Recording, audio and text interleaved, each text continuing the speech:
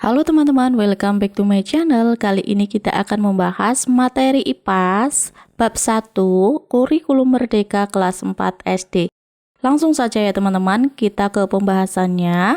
Bab 1 yaitu tumbuhan, sumber kehidupan di bumi. Yang pertama, bagian tubuh tumbuhan.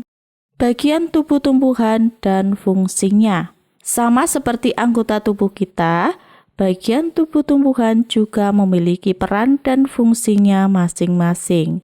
Yang pertama ada daun, tempat tumbuhan membuat makanan. Makanan ini dibutuhkan agar tanaman bisa tumbuh. Yang kedua ada buah, sebagai tempat menyimpan cadangan makanan dan melindungi biji di dalamnya. Yang ketiga ada akar, fungsinya untuk menyerap air dan nutrisi dari dalam tanah, juga untuk menopang tumbuhan. Selain itu, ada juga akar sebagai penyimpan cadangan makanan ya teman-teman. Yang keempat, ada batang. Batang ini fungsinya untuk menghantarkan air, nutrisi, dan makanan ke seluruh bagian tumbuhan. Ada juga batang yang berfungsi sebagai tempat cadangan makanan. Yang kelima, ada bunga. Bunga ini sebagai tempat perkembangbiakan tumbuhan. Bunga yang sudah berkembang biak akan menjadi biji. Biji inilah yang nanti bisa ditanam kembali, sehingga akan ada tanaman baru ya teman-teman. Nah, sekarang kita mengenal akar lebih jauh. Akar adalah bagian yang penting bagi tumbuhan. Jika akar dipotong, maka tumbuhan tidak bisa mengambil nutrisi dari dalam tanah dan akan mati. Ada dua jenis akar pada tumbuhan, yaitu akar serabut dan akar tunggang. Kalian bisa melihat perbedaannya? Nah, yang pertama, akar tunggang memiliki akar utama dari pangkal batang. Pada akar utama, tumbuh akar cabang yang ukurannya lebih kecil. Sedangkan pada akar serabut, dari pangkal batang terbagi menjadi akar-akar cabang yang ukurannya lebih kecil. Akar juga bisa menjadi tempat menyimpan cadangan makanan bagi tumbuhan seperti wortel. Tanaman wortel memiliki jenis akar tunggang. Tanaman ini menyimpan cadangan makanannya di dalam akar. Jadi, jika kalian memakan wortel, sebenarnya kalian memakan akar loh. Nah, berarti yang kita makan itu adalah jenis akar utama ya teman-teman. Nah, kita bisa perhatikan ya teman-teman pertumbuhan si wortel. 10 hari itu akarnya belum panjang, masih pendek ya. Kemudian di 75 hari itu sudah membentuk wortel yang siap untuk dikonsumsi. Lalu bagaimana jika cadangan makanan disimpan di akar serabut? Jadinya akan seperti tanaman singkong. Setiap akar cabang pada akar serabut akan tumbuh besar menjadi singkong. Bisakah kalian melihat perbedaannya dengan wortel? Nah teman-teman, perbedaan singkong dan wortel, kalau tadi si wortel itu hanya ada satu akar yang bisa kita makan, satu wortel ya. Sedangkan pada singkong, dalam satu pohon ada banyak sekali singkong ya, tidak hanya satu seperti pada wortel. Cadangan makanan yang tersimpan dan membesar ini bisa kita sebut sebagai umbi. Wortel dan singkong adalah contoh umbi akar karena yang membesar itu adalah akar ya.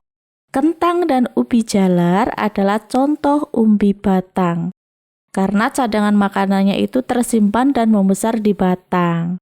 Jika di sekitar kalian ada tanaman-tanaman ini, cobalah amati agar lebih jelas. Yang selanjutnya kita ke batang. Nah, batang merupakan bagian tubuh tumbuhan yang ada di atas tanah serta tempat melekatnya daun, bunga, dan buah. Batang merupakan bagian tubuh tumbuhan yang amat penting dan merupakan tempat kedudukan bagi tubuh tumbuhan. Batang dapat disamakan dengan sumbu tubuh tumbuhan. Nah, di sekitar kita banyak sekali jenis-jenis tanaman sehingga memiliki batang berbeda-beda. Nah, ternyata ada 3 jenis batang ya teman-teman. Yang pertama batang perkayu. Ini sangat banyak kita jumpai di sekitar kita. Misalnya pohon mangga, pohon jambu, seperti itu ya teman-teman. Batang perkayu itu keras dan umurnya lebih panjang. Yang kedua ada batang rumput. Contohnya ilalang, padi, dan ini hanya memiliki umur bulanan ya, tidak sampai menahun.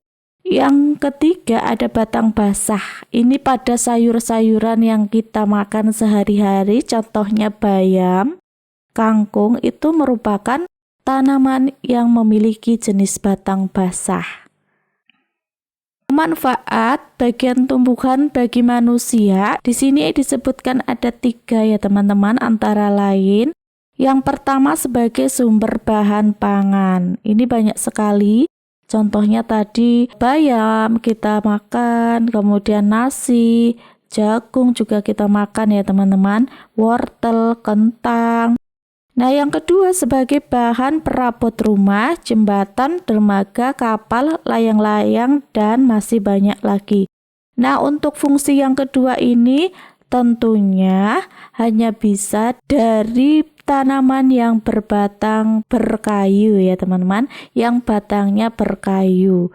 Bisa kita manfaatkan untuk perabot rumah tangga seperti membuat pintu, membuat meja, almari, dan lain-lain.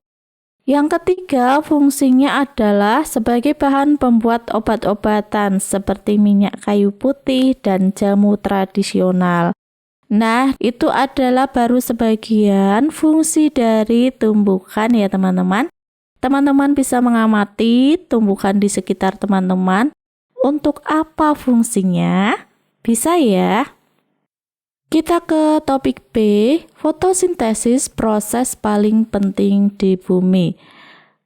Kira-kira mengapa fotosintesis itu sebagai proses paling penting di bumi? Mari kita simak penjelasannya ya. Manusia dan hewan akan mencari makanan jika merasakan lapar.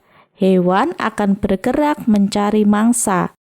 Manusia akan memasak atau pergi membeli kebutuhannya. Lalu, bagaimana dengan tumbuhan? Makhluk hidup ini tidak berpindah-pindah tempat seperti kita. Tidak juga memiliki mulut. Namun, sama seperti semua makhluk hidup lainnya, tumbuhan juga membutuhkan makanan. Caranya melalui proses fotosintesis.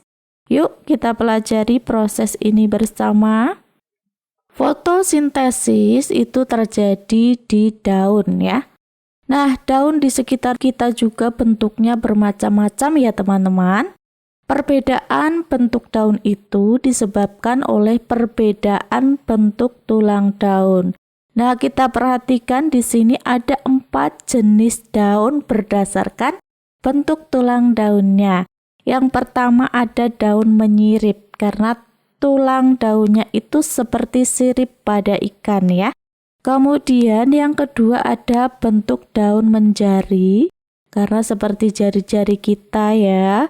Kemudian yang ketiga ada daun melengkung dan yang keempat ada daun sejajar. Namun teman-teman, apapun bentuk dari daun tersebut fungsinya sama ya untuk tempat terjadinya fotosintesis pada tumbuhan. Nah, fotosintesis itu apa sih teman-teman? Nah, ketika lapar, maka kamu akan pergi ke dapur, kantin, atau minta dibuatkan makan.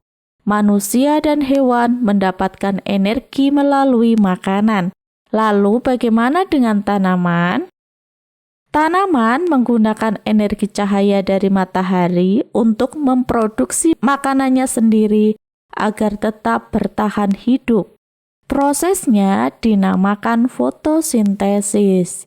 Sedangkan bahan-bahan yang dibutuhkan dalam fotosintesis itu ada energi cahaya, yaitu dari matahari, kemudian air, kemudian karbon dioksida, dan klorofil. Mari kita pelajari satu persatu ya. Yang pertama, energi cahaya. Energi cahaya dari matahari diserap oleh daun. Yang kedua, klorofil. Pada daun terdapat bahan spesial yang bernama klorofil. Bahan ini yang menangkap cahaya matahari untuk memulai proses fotosintesis. Klorofil berwarna hijau dan memberikan warna pada daun. Klorofil ini biasanya kita sebut sebagai zat hijau daun ya. Yang ketiga, tadi bahannya adalah air. Air yang tersimpan dalam tanah diserap oleh akar dan disalurkan oleh batang sampai ke daun. Jadi semua bahan-bahannya itu dikumpulkan ke daun ya. Yang keempat, karbon dioksida. Gas karbon dioksida diserap oleh daun. Gas ini merupakan gas yang dihembuskan manusia dan hewan saat bernafas. Karbon dioksida juga dihasilkan dari pembakaran kendaraan bermotor, aktivitas pabrik, dan sebagainya. Itu diserap oleh daun. Yang kelima, proses fotosintesis. Jadi setelah semua bahan terkumpul, ada cahaya matahari, ada klorofil, ada air, ada karbon dioksida, daun akan melakukan fotosintesis. Nah, proses ini dilakukan di bagian daun yang tidak terlihat oleh mata kita bernama kloroplas ya. Di dalam kloroplas itu terjadi proses fotosintesis yang menghasilkan yang pertama itu adalah oksigen ya. Proses ini menghasilkan gas oksigen yang dilepaskan oleh daun ke udara. Gas ini dipakai oleh makhluk hidup untuk bernafas ya. Bayangkan kalau tidak ada tumbuhan, maka tidak akan ada oksigen yang bisa kita hirup ya teman-teman. Kemudian hasil yang selanjutnya adalah karbohidrat atau makanan. Makanan yang dihasilkan disalurkan oleh batang ke seluruh bagian tumbuhan untuk tumbuhan itu sendiri. Nah, kelebihan dari makanan bisa disimpan dalam bentuk buah atau umbi yang bisa kita konsumsi ya teman-teman.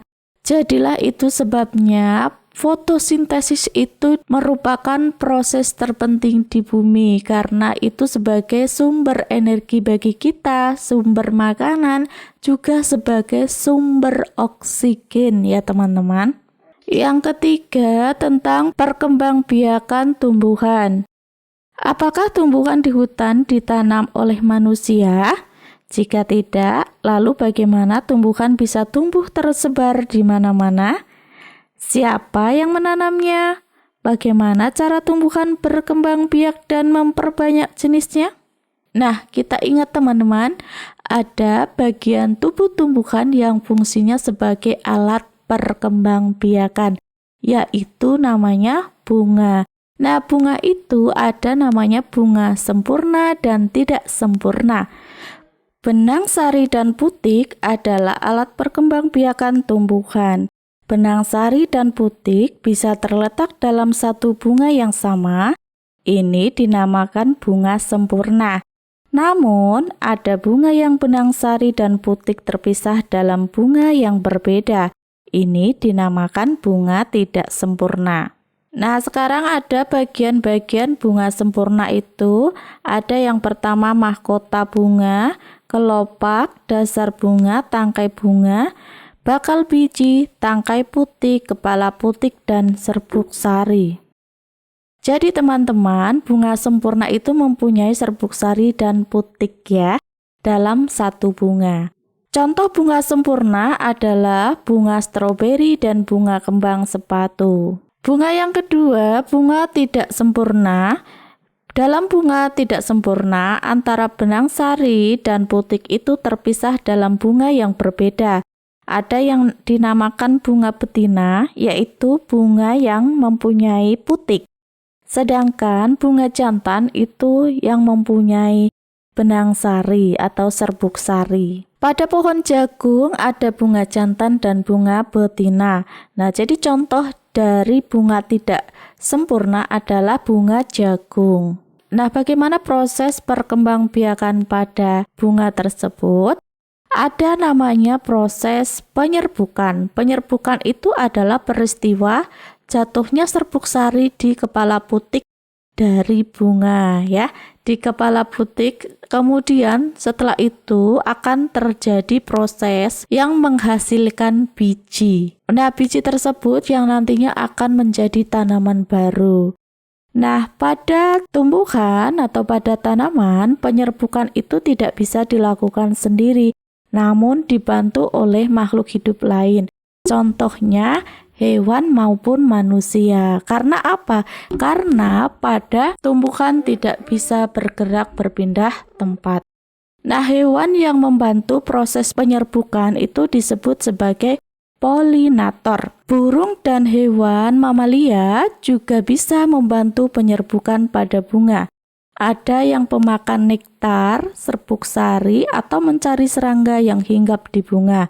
Aktivitas hewan berpindah-pindah antar bunga ini turut membantu penyerbukan tanaman. Selain burung dan mamalia, kupu-kupu pun membantu penyerbukan. Tawon madu membantu penyerbukan. Nah, teman-teman, jenis-jenis penyerbukan itu berdasarkan asal serbuk sarinya dibedakan menjadi 4. Yang pertama itu ada penyerbukan sendiri, teman-teman. Penyerbukan sendiri adalah penyerbukan yang serbuk sarinya berasal dari bunga yang sama ya. Jadi di sini ada bunga sempurna ya, teman-teman, yang mempunyai kepala putik dan serbuk sari. Nah, serbuk sarinya itu jatuh di kepala putik bunga itu sendiri, maka terjadilah penyerbukan sendiri. Kemudian yang kedua ada penyerbukan tetangga, teman-teman. Nah, penyerbukan tetangga itu merupakan penyerbukan yang serbuk sarinya itu berasal dari bunga lain pada pohon yang sama. Nah, di sini dicontohkan ya, teman-teman, serbuk sari dari bunga yang satunya jatuh di kepala putik bunga yang lainnya dalam satu pohon, maka terjadi penyerbukan tetangga. Kemudian yang ketiga adalah penyerbukan silang. Penyerbukan silang adalah penyerbukan yang serbuk sarinya berasal dari bunga pada pohon lain. Namun pohon tersebut masih satu jenis ya, teman-teman. Misalnya sesama pohon mangga, serbuk sari dari pohon mangga A itu jatuh di kepala putiknya serbuk sari dari pohon mangga B, seperti itu. Maka itu namanya penyerbukan silang. Dan yang keempat itu ada penyerbukan bastar, teman-teman. Pada penyerbukan bastar, serbuk sarinya itu berasal dari bunga yang pohonnya berbeda jenis ya, teman-teman. Jadi misalnya di sini ada pohon bunga sepatu, itu serbuk sarinya jatuh di kepala putiknya bunga stroberi, seperti itu ya, teman-teman. Maka terjadilah penyerbukan bastar. Nah, teman-teman, baik penyerbukan sendiri, tetangga, silang maupun bastar itu menghasilkan yang namanya biji. Nah, biji itulah yang nantinya jika ditanam itu akan tumbuh menjadi tanaman baru. Itulah sebabnya mengapa bunga itu disebut sebagai alat perkembangbiakan pada tumbuhan. Nah, teman-teman, berbeda dengan hewan dan manusia bahwa tumbuhan itu adalah makhluk hidup yang bergeraknya hanya pasif, tidak bisa bergerak secara aktif berpindah tempat. Maka penyebaran bijinya itu dibantu oleh makhluk hidup lain ataupun benda-benda lain ya. Seperti yang pertama, penyebaran biji dari tumbuhan itu dibantu oleh hewan. Namanya disebut zookori. Nah, contohnya di sini ada biji kopi yang dimakan luwak ya, teman-teman. Maka biji tersebut akan dipindahkan oleh si luwak. Nah, ciri tumbuhan yang penyebaran bijinya itu dibantu oleh hewan itu satu, berbuah dan berbiji yang menjadi makanan hewan ya. Kemudian yang kedua, biji berduri yang bisa menempel di bulu hewan. Misalnya hewan yang lewat itu akan tertempeli oleh biji dari tumbuhan tersebut, maka biji tersebut tak bisa berpindah tempat. Kemudian yang kedua dibantu oleh angin, namanya anemokori. Nah, contohnya di sini biji bunga dandelion tertiup angin akan terbang maka berpindah tempat seperti itu ya teman-teman. Nah, ciri tumbuhan yang dibantu angin itu biji kecil dan ringan sehingga mudah sekali untuk terbang ya. Kemudian biji halus dan mudah lepas. Yang ketiga cirinya itu biji berbulu atau bersayap. Yang ketiga, penyebaran biji tumbuhan dibantu oleh air, namanya hidrokori. Buah kelapa jatuh dan terbawa arus laut contohnya ya. Nah, ciri tumbuhan yang dibantu air itu hidup di dekat perairan. Tentu saja ya teman-teman, tidak hanya tanaman kelapa, bisa juga jambu air seperti itu. Jambunya jatuh di sungai itu maka jambu tersebut akan terbawa arus dan berpindah tempat. Kemudian berbiji ringan, buah atau biji dapat mengambang di atas air ya. Karena kalau tenggelam itu tidak terbawa arus, tidak hanyut ya teman-teman. Jadi harus terapung. Yang keempat dibantu oleh manusia, namanya antropokori. Nah, di sini contohnya petani menanam biji jagung. Jadi kita menanam biji-bijian dalam rangka perkebunan atau pertanian itu merupakan cara penyebaran biji ya. Ciri tumbuhan yang dibantu manusia itu tumbuhan biji untuk pertanian dan perkebunan, tidak hanya jagung. Misalnya ada kacang tanah itu juga kita tanam, kemudian ada kedelai, kemudian ada kacang hijau dan lain sebagainya, itu biasanya ditanam oleh manusia ya. Kemudian ciri yang kedua, biji yang ringan dan mudah melekat di pakaian.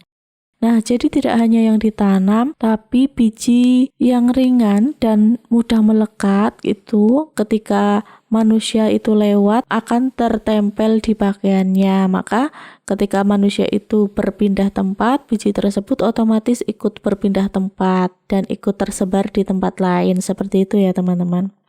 Nah, jadi demikian ya teman-teman pembahasan materi bab 1 ini. Semoga bermanfaat. Jangan lupa klik like, share, and subscribe. Terima kasih.